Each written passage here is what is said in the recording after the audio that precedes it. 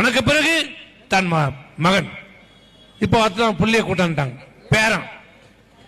வெக்கமா இல்ல, அசிங்கமா இல்ல, கொஞ்சம் கூட சூடு சொரணம் இல்ல. அந்த மந்திரி பக்கத்துல எப்படி இருக்குது பாருங்க. உதயநிதி ஸ்டாலின் துணை முதலமைச்சர் உட்கார்ற ரைட் நியாயம். சரி, உன் புள்ள உட்கார்றான், நான் தப்பு சொல்ல, உட்காரட்டும். ஆனா அந்த மாவட்ட ஆட்சித்தலைவர், மதுரையுடைய மாவட்ட ஆட்சியர் ஒரு பெண்மணி நிக்கு சேர் இல்ல, நிக்குது.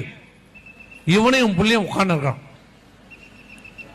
இதுதான் சமூக நீதி ஆட்சியா? இதுதான் திராவிட மாடல் ஆட்சியா? ஒரு பெண் ஆட்சியாளரை நிற்க வைத்து விட்டு உன் மகனும் உன் பேரனும் அமர்ந்தவர்களுக்கு இப்பதான் திராவிட மாடல் ஆட்சியா? இதுதான் சமூக நீதியா? இதுதான் பெண்களுக்கு நீங்கள் கொடுக்கின்ற மரியாதையா? இன்னொருத்தன் ஒரு மந்திரி இன்பநிதி பேண்ட்ல தூசு தட்டி விடுறான். அவர் சொல்றார், அந்த தூச தட்டி விடுற அந்த 18 வயசு 20 வயசு நிரம்பாத சிறிய வயதவருக்கு அந்த இன்பநிதியுடைய பேண்ட்ல தூச தட்டி விடுற அந்த மூர்த்தி தான் ஒரு 10 நாளைக்கு முன்னாடி பேசுறார். நான் யார் தெரியுமா?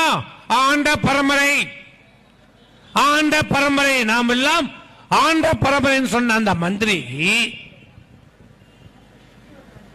காலில் தூசு தட்டி விடுறார். இவனுடைய யோகிதை தான் திராவிட மாடலா? தயவு செய்து சிந்தித்து பார்க்க வேண்டும்.